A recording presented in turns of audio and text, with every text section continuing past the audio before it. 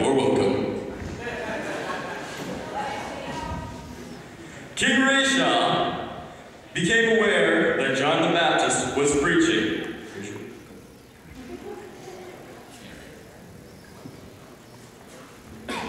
He was preaching in the street corners. He was preaching on the hilltops. He was preaching to the people, and he was condemning the king for his sins. He was preaching like he meant it. Preaching like he mean it.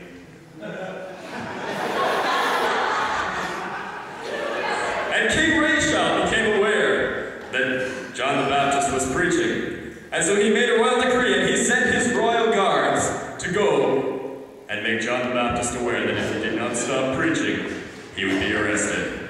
And so the guards approached him in the street, and they said, with a loud voice, King Rayshaw says, shut up. And what is going to happen if he doesn't shut up? And so he was fully aware that if he did not stop preaching, he would be arrested and taken to the dungeon of King Rayshaw's palace. And he did not cease to preach. And so they did exactly that. They tackled him in the street corner and took him away.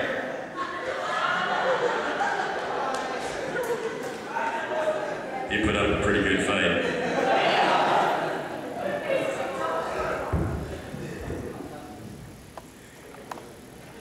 And so John the Baptist was locked tight away in the dungeon of the king's palace. The day of Rayshaw's birthday, and he had guests dining with him for his birthday celebration. He was very pleased that he was dining with him. He had and some very distinguished guests named Jamie Lynn.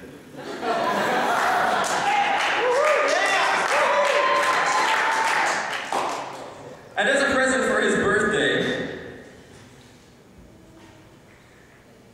his brother's wife's daughter came in singing a beautiful song for his birthday.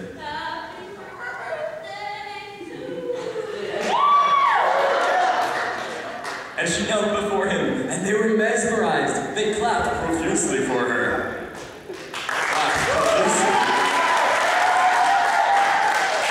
And the king was enthralled. The king was mesmerized. The king's jaw was on the floor. And he expressed it so. He said, anything she wants. Except his Lego collection, and except don't touch his Lego collection. And so she said, I can have anything I want. And the king said, yes, anything you want, because I am just so enthralled, so mesmerized. And so she thought, and she thought, and she thought, and she thought some more. And she thought for a very long time, and the king grew anxious. The guards grew anxious. And the king exclaimed, let me go talk to my mother, because I don't know what I want. And so she sat with her mother, and she said, what shall I ask for from the king? And her mother said in a loud voice, ask for the head of John the Baptist on a silver platter. She doubted her mother, not knowing why she would want such a thing, but her mother assured her this is what they wanted. And so she said to the king,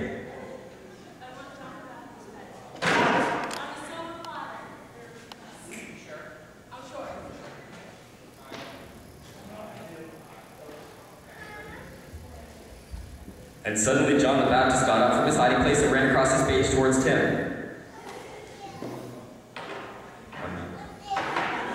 And so they went down deep into the dungeon, and they got John the Baptist. And they laid him out. Little did the king know the guards had been drinking earlier that day. They bound him, and then they thought to one another, now what did the king ask for? And they conversed amongst one another, deciding which part of the body the king wanted on the silver platter. And they decided it was his feet. And so they sawed off his feet. Until finally they were severed from his body. And the royal servant came and put them on a silver platter for the king. And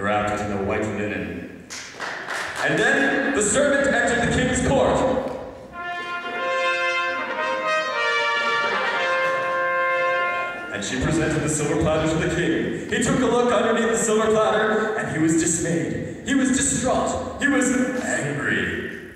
And sick. Not to mention sick. And what did he find under the silver platter? And so the servant took it away, back down to the dungeon, and she exclaimed to the guards that the king did not want his feet, but rather his head. And so they went to get his head. But they decided that no, the king did want his arms. And so they got his arms. And they put the arms on a silver platter. And the servant went away. And she went and she entered into the king's court.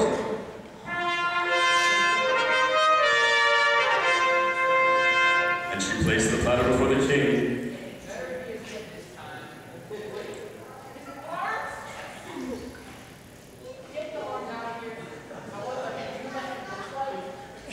The king was displeased that they could not find his head.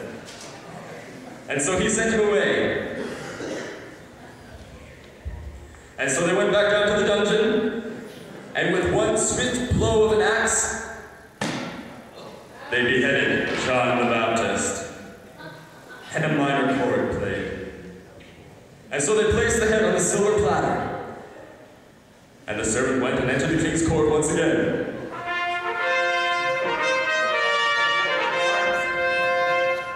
And she placed it before the king. He took off the white linen, and there was John the Baptist's head. And he was sickened. He was sickened. He was sickened. He was so disgusted that the king's head, that John the Baptist's head was on his platter, that he threw up. And all his loyal subjects began to gag at the table, knocking over their dinner glasses and their plates. And they all felt very sick suddenly.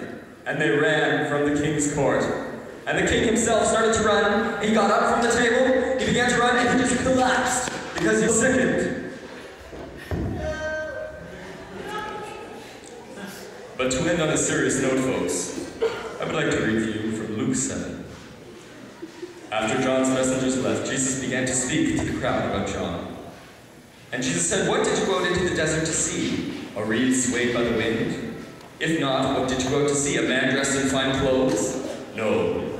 Those who wear expensive clothes and indulge in luxury are in palaces. But what did you see when you went out? A prophet? Yes, I tell you, and more than a prophet. This is the one about whom it is written. I will send my messenger ahead of you, who will prepare your way before you. And I tell you, and listen close, among those born of women there is none one such great as John. Yet the one who is least in the kingdom of God is greater than he." Give it up for